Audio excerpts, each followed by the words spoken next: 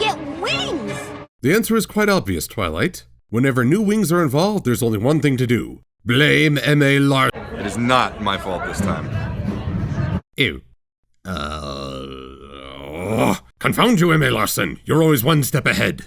But I have to say, this is one of the best Spike episodes. Might not be an equal to Gauntlet of Fire, but it does something important. I feel that I can empathize with Spike because this isn't a problem of his own creation. He's reacting to something unavoidable and yet not at all his fault. Puberty, nature's message that it hates us all. Though I gotta say, learning about the Molt and its effects, I'm starting to understand why so many dragons have attitude problems. I love my brother and all, but one whiff and I was all, see ya!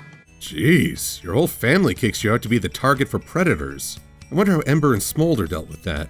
Speaking of Smolder, I was glad to see her get some solo time to distinguish her as a character. She's not malicious or overly proud, but I don't think she understands things from Spike's perspective. Have you been living with ponies your whole life? Uh-huh. Oh. It's easy to view her as being uncaring, but I think it just highlights the different approaches for both cultures. She's not mocking Spike for what he's going through, but she doesn't appreciate how alien this might feel, so she's not the best support. It's interesting to see that both Rarity and Twilight are more empathetic.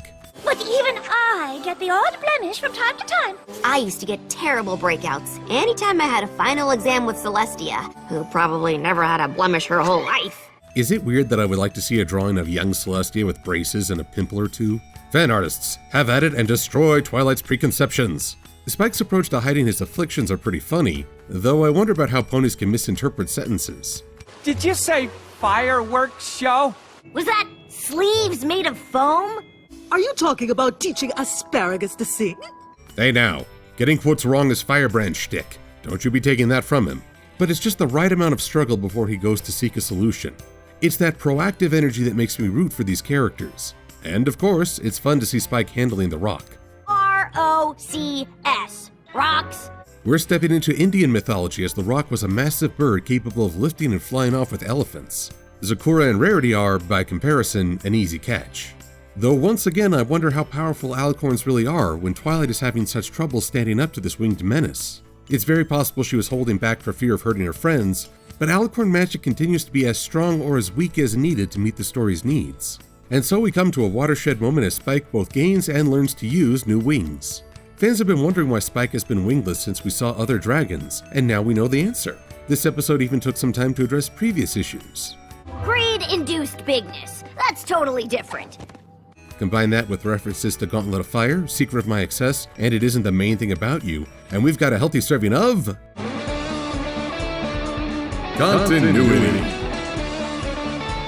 I think many of these references harken back to Spike's more standout episodes, a kind of victory lap for the old wingless Spike before he undergoes a transformation, much like Twilight's walking down memory lane with Celestia in Magical Mystery Cure.